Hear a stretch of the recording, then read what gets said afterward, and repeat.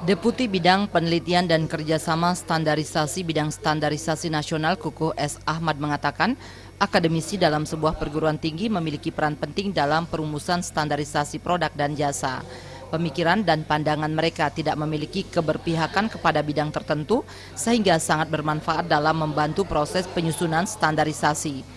Kukuh Ahmad mengatakan dalam perumusan standarisasi, para akademisi memiliki peran sebagai penetralisir melalui bidang keilmuan yang mereka tekuni. Salah satu peran yang sudah dijalankan oleh akademisi yakni dalam penyusunan standar nasional Indonesia yang berdasarkan prinsip konsensus. Peran akademisi, peran perguruan tinggi sangat penting di sana.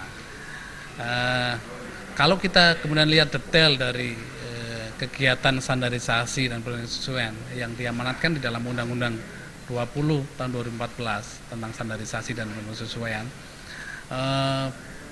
peran yang pertama saya rasa diawali dari pada saat kita bangsa Indonesia menyusun standar nasional Indonesia. Jadi standar nasional Indonesia disusun berdasarkan prinsip konsensus. Jadi harus disepakati oleh keempat stakeholder tadi.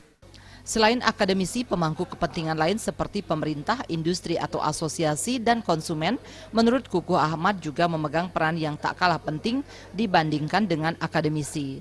Karenanya seluruh elemen ini menjadi kunci sukses bagi BSN dalam merumuskan standarisasi produk dan jasa.